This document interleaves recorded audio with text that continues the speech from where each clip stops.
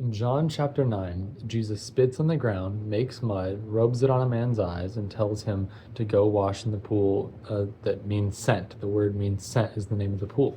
And so he sends them there, and the man was born blind. And so when he goes and washes his eyes, again, he's doing this in faith. Being a blind person, having somebody wipe spit mud on your eyes is kind of wild. Usually people are like, no, don't do that, please, right? So he had faith and he trusted in Jesus, and he went and his sight was restored.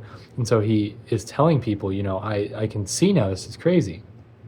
So the Pharisees brought the man that had been born blind, and it was the Sabbath day that Jesus did it on. So the Pharisees asked him again how he had received his sight.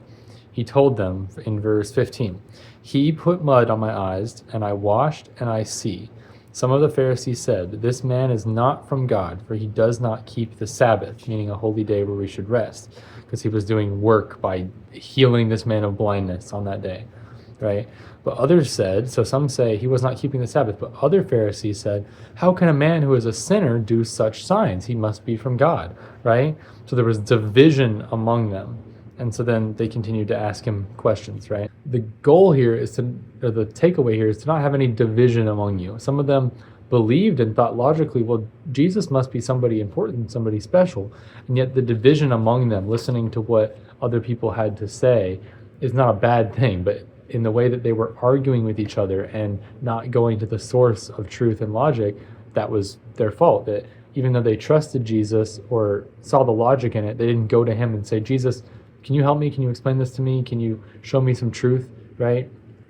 Instead, they argued with each other. And so we should hear other perspectives in the pursuit of truth, but only worrying about other people's perspectives and just arguing your own instead of ever doing any research, instead of ever going to the source and talking to Jesus is foolish, right? So then we go on and they ask him again about it, and he tells them, like, "Why do you guys want to hear it again? Do you also want to become his disciples?" Because they would not listen. They're asking him again and again.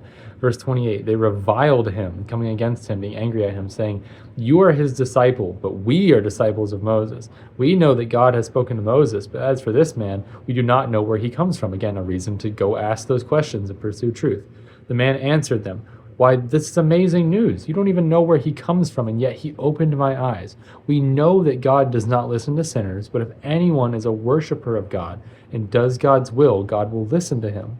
Never since the world began has it been heard of that anyone opened the eyes of a man born blind. If this man were not from God, he could obviously do nothing. Therefore, he must be from God because of these signs. As Jesus said, they testify about him." Those Pharisees answered him, "You were born in utter sin, and you would teach us?" And they cast him out. That's not logic, that's just pride that they're showcasing there.